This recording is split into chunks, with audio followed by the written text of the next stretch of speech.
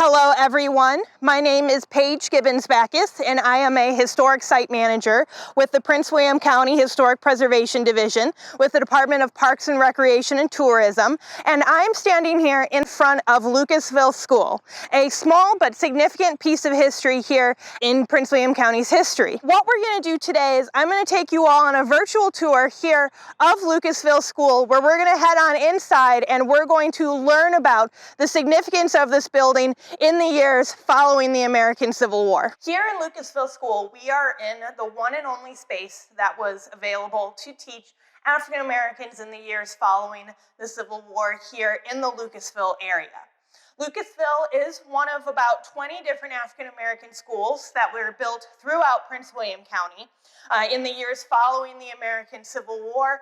However, here at Lucasville, this is one of the only ones that remain available for the public to come and learn about this significant piece of period history. In the years following the Civil War, you have an entire race of people who were, for the most part, previously enslaved, who are now freed citizens. And so a lot of the African Americans here throughout Prince William County started to build their own communities here all throughout Prince William County, including Smoketown, Batestown, and Lucasville. And so Lucasville School was originally located in the community of Lucasville, which is just off of Lucasville Road, here on the western end of Prince William County between Manassas and Brentsville. And it was a relatively large community here in Prince William County. It had about 100 residents. And so in 1885, the community of Lucasville built this school here where they could try and educate their children from grades 1 through 5 here in this segregated school.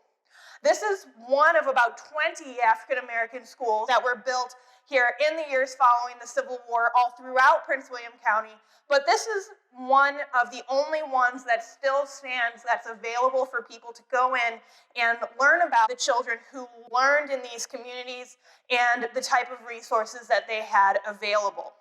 And so here in this Lucasville School, you'll notice that it is just a one-room African American schoolhouse. And in this building, children were taught grades 1 through 5. They were taught history, reading, writing, math, and geography as well. Not so much as the science that we are used to learning in schools today. But here in this school, a lot of the students who were being taught here had to use the resources that they had available to them or that was provided to them by their community. And so in 1870, there was a law passed here in the state of Virginia that said education needed to be made available to all children, regardless whether or not they were African American or if they were white children. But it didn't say anything about the type of resources or the quality of resources that had to be made available. And so during this time period, there was an inequality of the resources that were made available for these African American children who were learning here in this school. They might be sitting on benches instead of having the desks that you would see typically in the white schools here in Prince William County. The secondhand books that they would be using may be outdated or worn. The slate books that they would be using to write with their chalk would be cracked. It wasn't brand new things. It was things that were oftentimes passed down from the other schools here in Prince William County to these African American schools. But the community here at Lucasville did everything they could to try and provide the resources available and in order to try and make the school comfortable. And so the community of Lucasville would provide firewood for the stove here to heat the building in the wintertime, and the community itself might have built the benches for the children to sit on that they could use to learn with here inside this building. Here in Lucasville, there were anywhere between about 10 and 30 students who were all being taught by one single teacher all at once at the same time. And so you just have to imagine how chaotic it may have been with having to teach several different age levels here at the same time in a single day. However, here at Lucasville School, remember, school was not a requirement like it is today.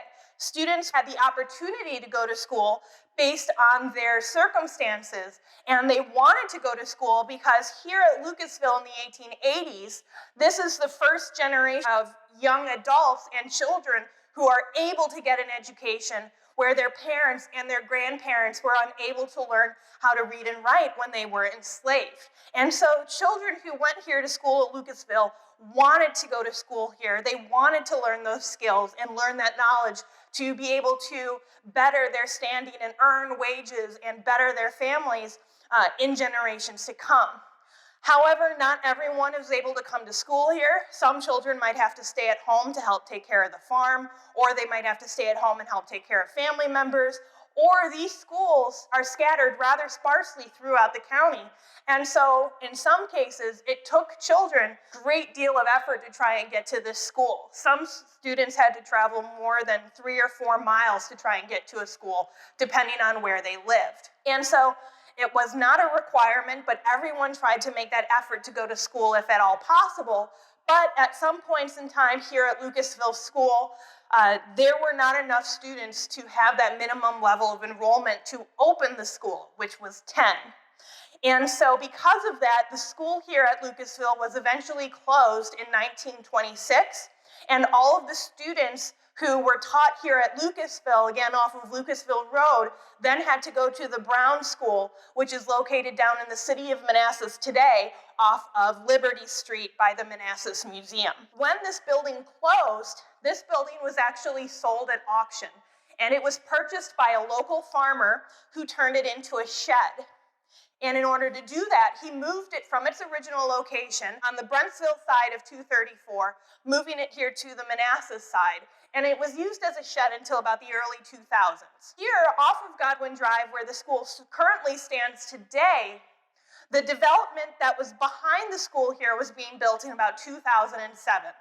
And so the Prince William County Historic Preservation Division worked with the development who was building the subdivision to set aside an acre so that we could actually pick the school up and move it here to this current location in order to preserve its historical significance.